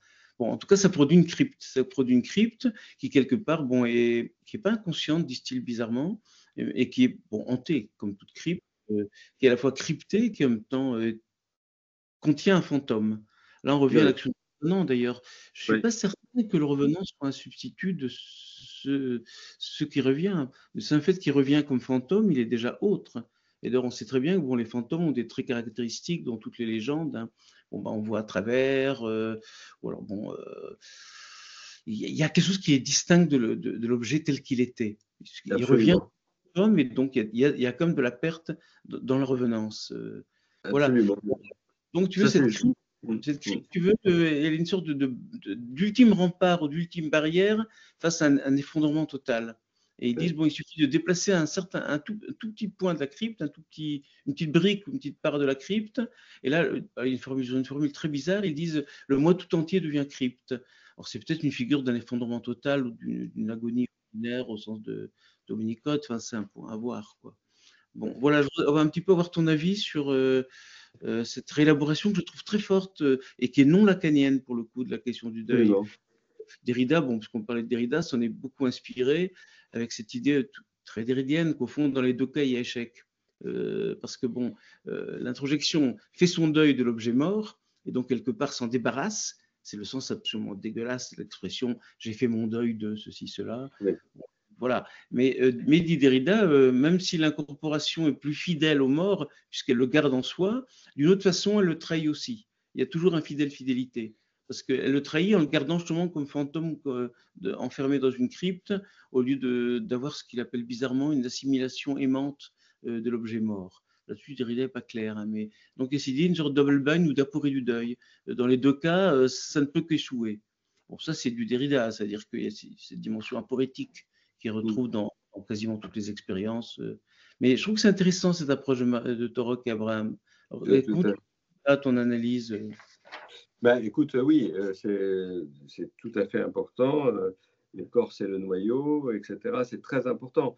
Je ne vais pas le commenter maintenant parce que je l'ai plus autant en mémoire que toi, mais il y a une chose que je trouve, enfin, je vais plutôt enfin, faire écho à ce que tu as dit sur ce que tu as appelé la perte dans la revenance. Bon, ça, je trouve ça absolument exact parce que bon, c'est toujours la vertu de lire les textes de presse et qu'on se rend compte qu'ils sont plus riches que ce que l'auteur de ces lignes croit en avoir dit en le disant ou en l'écrivant. Parce que quand même, à chaque fois que soit tu entends des patients parler de rêves de revenants, la plupart du temps et typiquement après la mort d'un de leurs proches, soit quand tu lis de près Freud, il y a toujours quelque chose qui cloche dans la revenance. On va dire ça comme ça. Il y a l'autobiographie avec Jean-Claude Carrière de Buñuel, il raconte comme ça de manière très, très belle un rêve. C'est Buñuel qui raconte un rêve et qui dit, j'ai plus le texte espagnol en tête, mais il dit voilà, nous sommes à table en famille et mon père qui vient de mourir est parmi nous. Et je dis à ma sœur qui est à mes côtés de manière très, très faible pour qu'il ne l'entende pas, il est mort et il ne le sait pas. C'est-à-dire que et là, je vais vous donner un exemple. Une amie de ma fille m'a raconté ça, que cette amie a une trentaine d'années, et elle a perdu sa mère à 2-3 ans, et elle témoigne du rêve suivant. Je rencontre ma mère en rêve, et moi, je sais qu'elle est morte en rêve. Elle semble ne pas le savoir, et je l'embrasse, l'enserre avec mes bras très, très fort, et ma mère me dit mais pourquoi tu me serres si fort, hein? C'est-à-dire, il y a toujours un indice dans la revenance du revenant, disons, qui marque que, quoi qu'apparaisse en vivant, il est quand même mort, quoi. Et là, je trouve ça vraiment très juste dans l'expression, il y a une perte dans la revenance. C'est-à-dire qu'il y a à la fois une sorte de tension psychique entre faire revenir, hein, revoir, on pourrait dire, hein, quand Pontalis dit que perdre, c'est perdre de vue, il y a quelque chose de vrai, hein, c'est revoir, et en même temps, il y a quelque chose qui ne revient pas. Voilà, voilà. Je voulais te lire dans Actuel sur la guerre et la mort, le passage sur l'effondrement, qui est un très beau passage, parce que justement, là, de toute façon, un grand auteur, si tu le lis bien, tu peux jouer des parties de son œuvre contre une autre partie de son œuvre, hein, voilà. Et voilà ce que dit, donc c'est dans Actuel sur la guerre et la mort, et la partie sur le deuil, donc sur la mort. Voilà ce qu'il dit. Il parle de l'insupportable intensité du deuil, insupportable intensité, quand la mort a atteint nos proches. Bon. Et par petites touches successives dans ce texte, il s'approche d'une détermination plus complexe de la question de la perte lorsqu'il aborde l'épreuve, je cite, d'un total effondrement. Total effondrement. En allemand, c'est Zusammenbruch. Et je cite, nous enterrons avec lui, c'est-à-dire le mort, nos espoirs, nos prétentions, nos jouissances, nous ne nous laissons pas consoler. Lassen uns nicht trösten. Nous ne laissons pas consoler et nous refusons à remplacer celui que nous avons perdu. Voilà. C'est-à-dire que chez Freud, vous avez deuil et mélancolie, bon, voilà, je vous ai expliqué. Et il y a des textes où Freud dit nous refusons de remplacer, alors même, dit-il, qu'un ersatz nous fait signe. Donc, cette résistance à remplacer, ce refus de se laisser consoler, bon, Freud est capable d'en parler. Hein. Dans Actuel sur la guerre et la mort, qui n'est pas un texte, je ne sais plus la date exacte, mais enfin, on n'est pas dans les années 20 et le rêve traumatique. Mais déjà, quand Freud, c'est aussi une conférence qu'il a fait à une association juive, mais c'est très intéressant. C'est-à-dire qu'à un moment donné, bon, il dit je ne veux pas être consolé. Je ne veux pas être consolé. Hein. Vous voyez, c'est très frappant. C'est bien que je vous en parle ce soir parce que ça, dans ma tête, ça fait jouer les textes les uns contre les autres. Mais voilà, il y a un Freud optimiste, je l'ai appelé comme ça, qui dit bon, bah, on remplace. Et puis, il y a un Freud tout à fait conscient de la limite de la consolation, hein, donc on a envie de dire du primat de la désolation sur la consolation, hein, et une fidélité à la douleur. Vous voyez. Mettant en expression perte dans la revenance, c'est tout à fait pertinent. Tout à fait pertinent. Écoute, je te remercie. Donc, là, bon, nous avons du temps devant nous. Donc, la parole est à la salle, comme on dit dans ce cas-là, enfin aux autres. Enfin, on était nombreux aujourd'hui, bon, presque une quarantaine. Il y a certainement des gens qui ont des questions importantes à poser. Comment est-ce qu'on répond C'est celui-là ou c'est l'autre?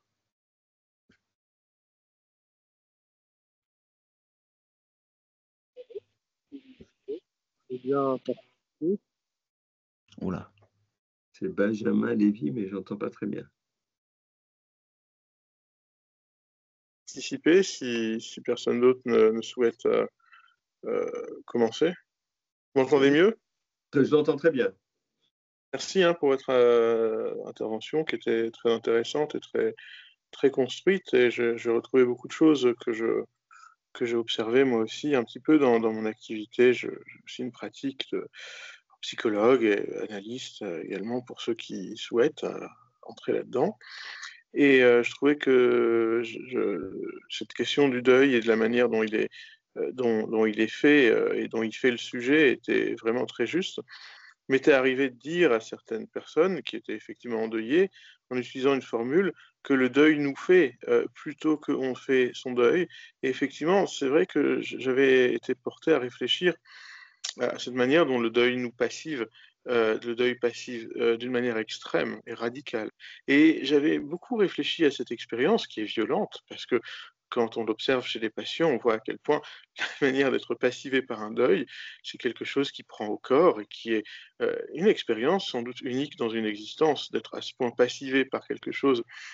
Peut-être que c'est à ce niveau-là, c'est une hypothèse simplement que j'avais émis et partagé également ou verbalisé auprès de certains patients. Peut-être que c'est pour ça que les religions aussi ont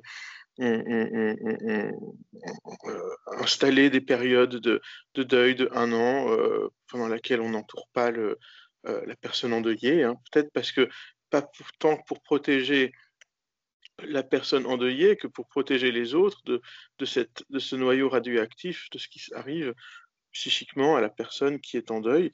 C'est quelque chose d'extraordinairement violent, ce remaniement psychique, et effectivement un truc qui est assez unique dans une existence pour un sujet, et ça s'observe aussi cliniquement, cette radicalité du processus. Alors effectivement, ça fait rigoler de ce fait quand on entend des invitations à faire son deuil.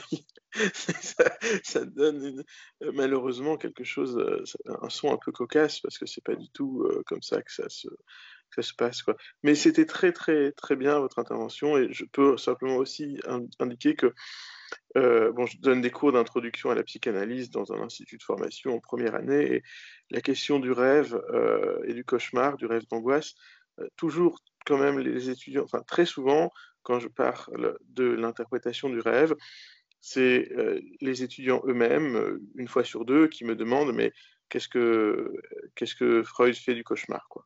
Et ils anticipent eux-mêmes sur cette question, à savoir, est-ce que vraiment on peut dire que tous les rêves sont des rêves de désir? Bon, c'est une question qui eux-mêmes se posent très souvent à eux, puisque une fois sur deux, c'est eux qui me lancent là-dessus. Et en effet, bon, je peux leur répondre sur la question effectivement de ce qui a été fait par Freud 20 ans plus tard, puisque lui-même effectivement est venu à... Mais Oui, c'était c'est vraiment vrai. très très bien. Merci beaucoup. Je vous remercie beaucoup. Euh, je trouve que votre formule être passivé est tout à fait pertinente, parce qu'il y a quelque chose là qui est. Alors, est-ce que c'est exemplaire? La maladie peut-être peut produire des effets comme ça, mais on peut parler de maladie de deuil aussi. Mais il y a quelque chose de l'ordre de processus, effectivement, comme j'ai essayé de le dire, qui sont pas normés par la volonté ou l'intentionnalité. Mais ce qui me frappe, enfin, puisque vous parliez de religion ou de rituels, etc., moi, je me souviens dans ma jeunesse avoir encore observé des tenues vestimentaires du type grand deuil, demi-deuil, etc. C'est-à-dire qu'il fallait se vêtir de noir un certain temps, je ne me souviens plus, j'étais un peu jeune, et ensuite on pouvait passer au demi-deuil, et les hommes devaient avoir un brassard noir, etc. C'est-à-dire qu'il y avait Mm, quand même une signalisation à l'endroit, mm, à l'adresse des autres, pardon, de l'état dans lequel ça voulait dire j'ai perdu quelqu'un. Enfin, voilà, et ça fait plus ou moins longtemps, etc. Ça, c'est extrêmement intéressant. Mais ce que vous dites sur l'idée de se protéger, oui, je trouve ça très juste, très très juste, parce que de la contamination de la douleur ou de l'expérience oui, c'est très très juste. Mais vous voyez, bon, peut-être une autre fois, je parlerai plus de ça, mais tous ces textes sur l'omission du travail de deuil, c'est-à-dire l'absence de douleur apparente, hein, c'est extrêmement intéressant. C'est-à-dire qu'il y a cette problématique de se présupposer qu'il devrait y avoir une contemporanéité de la douleur et de la séparation, bon, qui peut être courante, hein. Les gens ont quelquefois la chance, si j'ose dire, de se saisir rapidement et immédiatement de la douleur, dans l'éprouvé de douleur, de la perte. Mais il y en a d'autres ne peuvent pas contenir la douleur et qui affectent une posture d'indifférence. Bien affectent. Mais ils ne disent pas j'affecte une posture d'indifférence. Hein. Ils disent bon, j'ai rien ressenti, etc., etc. Mais bon, évidemment, c'est plus compliqué que ça. Mais c'est très intéressant aussi, c'est de prendre à revers la question du deuil en se disant mais qu'est-ce qui se passe quand on dit ne rien ressentir? Voilà. Et qu'est-ce qui se joue? Comment ça s'articule à la question de la défense? Bon, voilà. Et c'est toujours assez complexe. Hein. Mais bon. Ça sera une autre intervention, mais ouais, je suis tout à fait d'accord avec cette idée de passivité. On n'y peut rien, je veux dire, on s'endort, et puis on se réveille le matin en larmes, on se dit, et on réalise. Et, en français, on dit très bien, j'ai pas réalisé. Quand quelqu'un vous dit, il est mort, on dit, c'est pas vrai, bon, ça, j'ai pas réalisé. Mais on réfléchit pas assez sur ce que ça veut dire exactement réaliser. Rappelez-vous le petit garçon dans l'interprétation du rêve qui dit oui, oui, je sais bien que papa est mort, mais ce que je ne comprends pas, c'est pourquoi il ne vient pas dîner ce soir. Et donc, cette notion de réaliser la perte de quelqu'un, c'est très compliqué. Qu'est-ce que ça veut dire réaliser? Voilà. Et là, on a des schèmes de pensée trop simples, quoi, trop simples, comme s'il y avait un avant et un après. Ah, ça y est, j'ai réalisé. Mais oui, consciemment, on peut dire qu'on peut nommer, mais inconsciemment, on continue de... Dans la réalité, c'est lorsqu'on se rend compte que en vacances, on n'aura plus à écrire de carte postale à telle personne. Voilà, c'est long, effectivement. Exactement. C'est quelque chose qui a lieu dans le temps long. Par contre, ce que je vois, quelque chose qui est une sorte d'obligation construite socialement aujourd'hui de faire survivre le mort et qui est quelque chose qui est vécu douloureusement par des patients ou en général ou même autres par observation dans la vie personnelle, c'est qu'il y a aujourd'hui très vite les assurances, les banques qui vous écrivent, et ça c'est quelque chose qui fait souffrir parce que effectivement, ou certains qui effectivement anticipent cette crainte et qui disent mais un patient qui disait moi ce dont j'ai peur c'est que ensuite il va falloir que je gère le décès, et c'est parce que ça met dans une position de clivage un peu contraint que effectivement la personne est décédée et 2 semaines plus tard il faut se retrouver à envoyer les RIB pour l'assurance vie, et ça c'est un truc socialement qui est voilà, c'est pas seulement faire bonne figure à la cérémonie, c'est en plus il faut gérer la paperasse et ça angoisse actuellement. Effectivement, ça contraint à faire survivre le mort d'une manière qui est anxiogène, quoi. Alors, il y a ceux qui s'en débarrassent aussi vite que possible, et il y a ceux qui n'y arrivent pas, quoi. Etc., etc., etc. Ou l'anti-gamme des réactions ou des mécanismes de défense par rapport à ça, évidemment.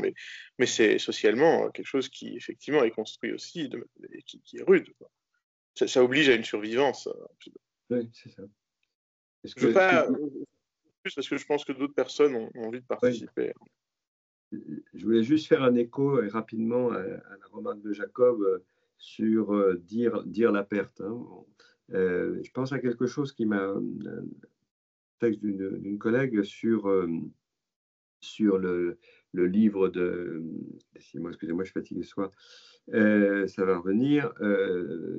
Cet écrivain qui écrit sans la lettre E. Bon, voilà. C'est Georges Perec. Perec, ouais, il me faut un temps de retard. Voilà. Et j'ai une amie qui a fait un très beau texte là-dessus pour dire que comment ça se marque la perte. Hein. Et c'est très intéressant parce que, bon, après, évidemment, certains ont entendu EUX dans la lettre E, hein, donc faire sans E, hein, écrire sans E, bon, etc. Mais c'est très intéressant parce que quelle est la modalité de nommer, de dire, sans raconter, sans faire récit de la perte. Ça, c'est très intéressant aussi, parce que ce n'est pas la même analyse hein, de dire, parce que la littérature du deuil, vous connaissez, elle est très conséquente. Hein. Mais quand vous lisez, par exemple, Tombeau pour Anatole de Mallarmé, la disposition typographique, par exemple, du texte, bon, avec ses blancs, etc., c'est presque marqué dans la matérialité d'une page, quelque chose qui manque, vous voyez. Donc ça, c'est très intéressant. Qu'est-ce que ça veut dire la perte pour faire droit au manque éprouvé à cause d'une perte, hein. Qu'est-ce qu'on doit faire avec la langue, etc. Et c'est vrai que le récit, la narrativité, qui relève d'un registre évidemment d'élaboration, ça peut avoir une fonction défensive, quoi. Et donc voilà, là, il appartient à la littérature d'essayer de trouver des modalités de faire avec le manque, la perte, sans faire récit, quoi. Ça, c'est intéressant aussi, c'est une perspective de travail importante. Je lisais un livre, je ne sais pas si vous connaissez ce livre, le livre de Marcel Cohen qui s'appelle Scène intérieure, qui est un livre composé de photographies de disparus de sa famille, évidemment et malheureusement exterminés, mais on voit que là, il refuse le récit. Hein, le récit qui essayerait de dire des notations, par exemple, sous le nom d'une personne, il y a la date de naissance et il n'y a pas la date de mort, parce qu'on ne sait pas quand la personne est morte, mais il y a marqué convoi numéro tant. Vous voyez, et dans cette terrible expression convoi numéro tant, on a 1000 fois plus de choses à entendre que dans date de naissance et date de mort, quoi. Donc il y a des modalités, les lacaniens diraient de border, hein, de cerner, de tourner autour, enfin voilà, plutôt que de construire, s'il avait écrit né en telle année, mort à Auschwitz, etc. Bon, etc.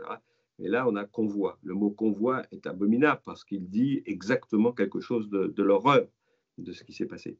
Donc, voilà, c'est quand Barthes dit, dans le journal de deuil de sa mère, quand il dit « je n'emploierai pas le mot deuil de Freud, je préfère chagrin que je vais chercher chez Proust et la mort de la grand-mère », qu'est-ce qui se passe? Quelle est cette opération de substitution au mot deuil, hein, le mot chagrin? Bon, peut-être que pour Barthes, ça disait quelque chose en résistance à deuil et mélancolie, etc. Donc, les modalités de dire la perte, ça me semble extrêmement intéressant. Enfin, cliniquement comme littérairement. Enfin.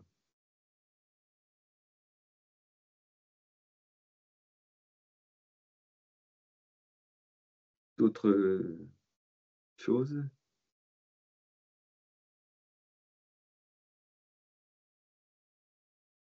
Moi, je m'intéresse beaucoup aux langues. Donc, comme je crois que, je ne sais pas si vous êtes chilien, je vois.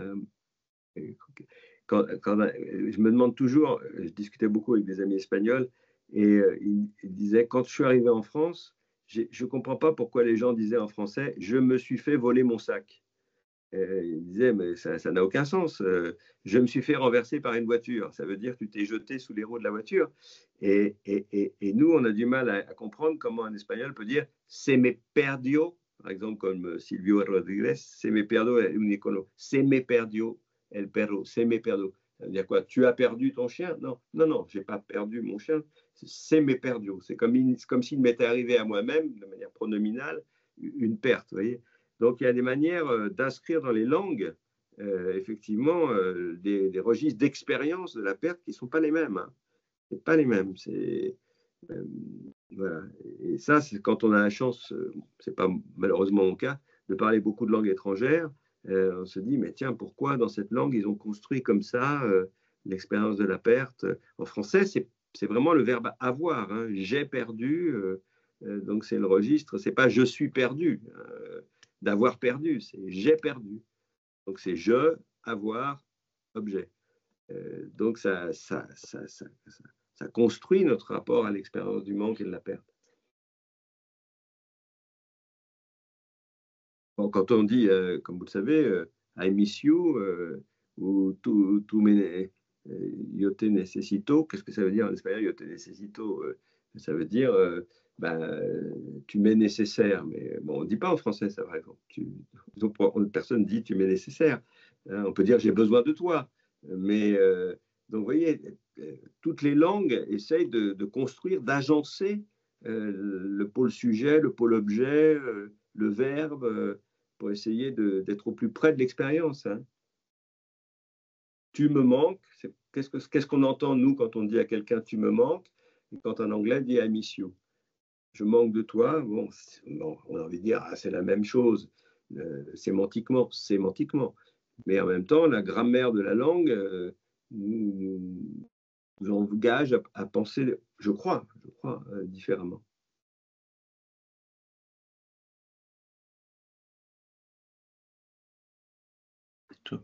Bon, bah, écoute, oui, ça ouvre une foule de questions nouvelles, notamment le rapport à l'écriture, à la littérature, il y aurait beaucoup à dire.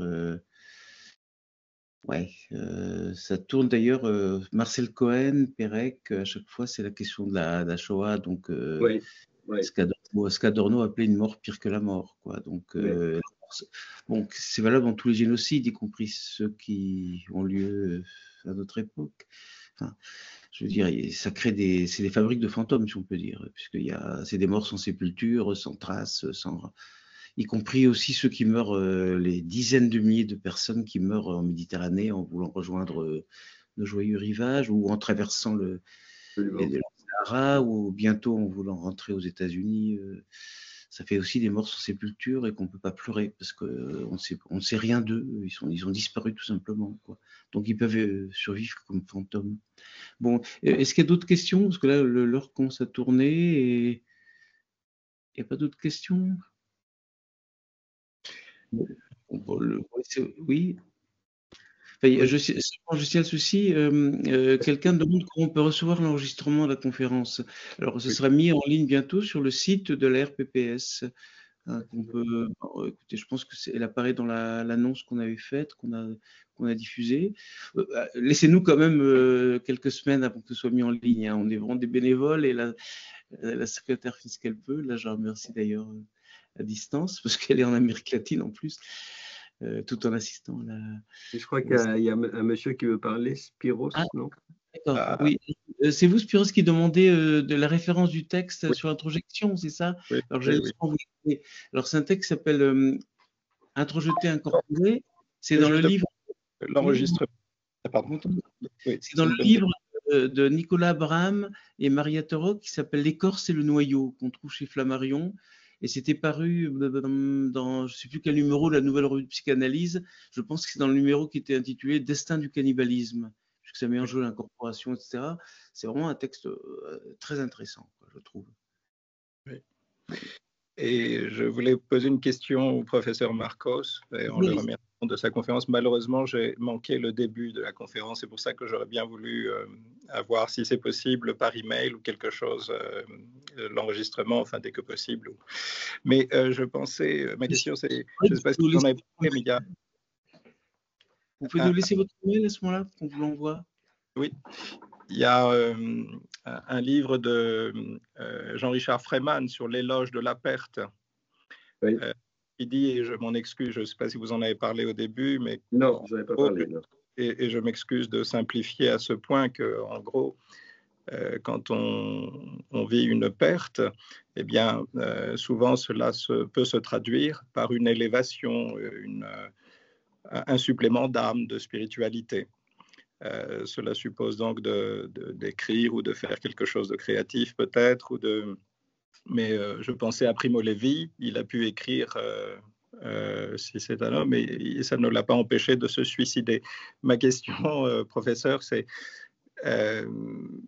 pour ces personnes qui ont subi une perte qu'ils estiment irremplaçable ou des pertes à répétition, perdre sa mère, sa compagne, sa jambe, un être cher à la guerre, etc. Quel est le conseil que vous donnez pour essayer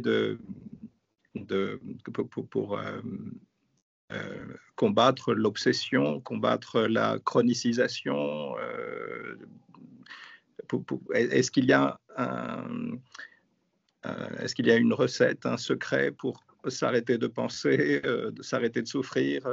Voilà, excusez-moi pour ma question. Mais je vous en prie, votre question est légitime. En fait, bon, moi, dans mon travail de psychothérapeute ou psychanalyste, le remède, c'est la parole. C'est-à-dire, c'est surtout pas s'arrêter de penser, surtout pas s'arrêter de pleurer, surtout pas s'arrêter de souffrir. C'est-à-dire, si je reprends le début de votre intervention sur, on va dire avec les guillemets d'usage, le bénéfice de l'expérience ou de l'épreuve de la perte, il y a un effet de subjectivation. C'est évident qu'on n'est pas le même avant d'avoir perdu ses parents et après les avoir perdus. Quel que soit, je dirais quel que soit, pour être très simple, la modalité. Mais je pense aussi qu'il y a une singularité absolue de l'expérience de la perte. C'est-à-dire que cliniquement, il est impossible de présupposer que la seule phrase du type j'ai perdu ma mère la semaine dernière, j'ai perdu mon frère hier, cette phrase est univoque et qu'elle est, comment dire, comme dirait un logicien, elle est sans trigger, sans porteur, comme si ça voulait dire toujours la même chose pour tout le monde. Alors c'est absolument faux, parce que vous ne savez pas quel était le lien pour tout le monde, plus ou moins ambivalent à la personne perdue. C'est-à-dire, vous ne pouvez pas confondre la douleur de la perte en considérant qu'elle est absolument pure. Elle peut être mêlée de remords, de ne pas avoir assez aimé, ou au contraire, de haine refoulée parce que intolérable après la mort de quelqu'un. Donc, en fait, il y a une singularité de la perte. Et ce qu'il faut permettre à quelqu'un, c'est non pas de ne pas souffrir, mais de s'engager dans un travail de parole, de remémoration, pas simplement intellectualisé, mais éprouvé dans la langue et par la langue, des émotions peut-être qui n'ont pas été éprouvées, etc. Donc c'est un engagement dans la parole, pour autant qu'elle est adressée à quelqu'un, et qui reconnaît la singularité absolue de la perte. Il y aurait beaucoup à dire sur la notion de singularité, mais je pense que sur le plan clinique, si vous voulez, le seul conseil que je donnerais aux endeuillés, mais en tout cas à mes collègues, c'est, ils n'auront pas besoin de mon conseil, c'est la singularité absolue. J'ai une anecdote à raconter à Jacob, qu'il a bien sûr oublié, parce que ça ne le concerne pas directement. Il y a très longtemps, mon cher Jacob, mais c'est un geste d'amitié que de le rappeler, j'avais fait une conférence sur l'égocentrisme chez Descartes. C'est-à-dire, en gros, Descartes, à un moment donné, dit on a tous été enfants que d'être hommes, mais ça veut dire aussi qu'on a été le centre de l'attention de notre entourage qui se précipitait à nous satisfaire, et ça a entretenu l'illusion que tout nous était dû. Hein, voilà. Et donc, on avait eu un échange, tu t'en souviens pas? et le débat, je ne rentrerai pas dans j'ai oublié. Je te rappellerai ça quand on se reverra. Et en fait, le débat portait sur que finalement, le présupposé de cette expérience dont parlait Descartes, c'est qu'il avait eu une mère extrêmement généreuse, dévouée, et se précipitant à anticiper les désirs de l'enfant pour les combler. Et donc, voilà, que ce n'était pas généralisable. C'est-à-dire qu'on ne peut pas, si vous voulez, considérer qu'on a été enfant avant d'être homme, et que ça veut dire la même chose parce qu'on a tous eu une mère, et c'est pas vrai. Donc, chacun a eu son expérience. Et donc, moi, si vous voulez, vraiment ce en quoi j'ai foi aujourd'hui, c'est en l'usage de la langue. Voilà. Par exemple, Marcel Cohen, pour vous donner un dernier exemple, puisque je travaille sur son livre depuis quelque temps avec des amis, Cohen fait une recherche sur l'eau de Cologne que portait son père. Bon. Et il y a une scène extraordinaire dans son livre sur l'espace intérieur, je n'ai plus le titre exact, mais je retrouverai, où il va dans une droguerie, pas une droguerie, enfin un lieu où on achète des parfums, lui qui ne porte jamais de parfum, et de telle sorte que quand on lui offre un parfum, il va le vider dans la salle de bain à moitié, il laisse le flacon apparent pour que celui qui irait dans la salle de bain croit qu'il en fait usage. Bon. Et puis il se laisse convaincre, vous voyez la passivité, il se laisse convaincre par une vendeuse d'acheter une eau de Cologne. Il dit, mais qu'est-ce qui m'est arrivé? Pourquoi j'ai accepté d'acheter cette eau de Cologne-là? Puisque je ne porte pas de parfum, je ne porte pas d'eau de Cologne. Qu'est-ce qui m'est arrivé? Ça, c'est une expérience de passivité. Il revient chez lui, il ne vide pas l'eau de Cologne, il la met dans sa salle de bain, et sa tante, donc la sœur de son père, lui dit, ah, tiens, toi aussi, tu portes la même eau de Cologne que ton père. C'est-à-dire que c'est en toute inconscience qu'il a acheté une autre Cologne, il s'est laissé acheter une autre Cologne, sans aucunement avoir la conscience que c'était celle que portait son père. Sauf qu'il est bien embêté parce que cette autre Cologne, elle vient de Köln, de Cologne, ou elle vient de France. Donc il fait toute une enquête là-dessus, et son angoisse, c'est que les nazis portaient l'autre Cologne aussi. Et donc il fait une enquête, et il est très heureux d'apprendre que non, les nazis avaient horreur de l'eau de Köln parce qu'elle leur faisait penser à la République de Weimar. Et donc, c'est autre chose qui porte. Mais les deux adverbes qu'il emploie pour distinguer l'eau de Cologne des deux autres colonnes que portait son père, c'est persistant, odeur persistante. Et en fait, son père préférait l'eau de Cologne produite en France parce que l'odeur était plus persistante que l'eau de Cologne de Cologne. Et les nazis choisissaient une autre eau de Cologne que l'eau de Köln parce que plus persistante. Et on voit que le signifiant persistant, vous voyez, persistant, est l'enjeu fondamental de la différence et de la ressemblance entre la question du parfum pour les nazis et la question du parfum pour le père de Marcel Cohen. Et donc, c'est la langue qui fait entendre des choses. C'est dans la langue qu'on peut affirmer une forme et défendre une forme de singularité. Et donc, c'est pas sans douleur, c'est pas sans pleurs, c'est pas sans arrêt de pensée, au contraire. C'est dites. Quel lien vous liez à cette femme que vous avez perdue, qui vous a quitté? Comment s'est construite votre relation, etc. C'est dire. Voilà. Bon, écoute, voilà, merci encore Jean-Pierre pour cette très très belle conférence. Je t'en prie, Jacob. Merci. Un débat très riche. Je merci aussi de me rappeler des souvenirs oubliés là, sur le concentré des cartes. Bon, encore une fois, ceux qui veulent avoir l'enregistrement, ce sera disponible sur le site de l'ARPS dans 2-3 semaines, je dirais, dans ces eaux-là.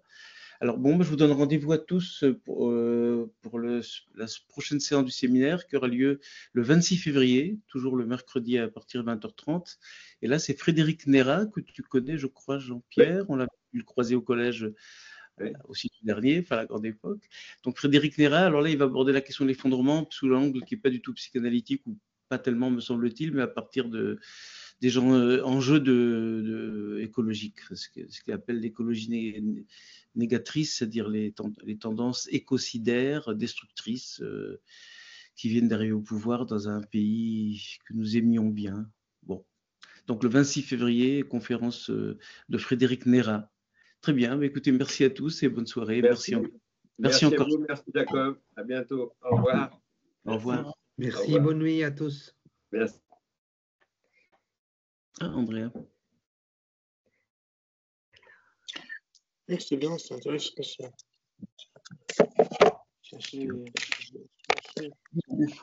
Écoute, c'était chouette, c'est une belle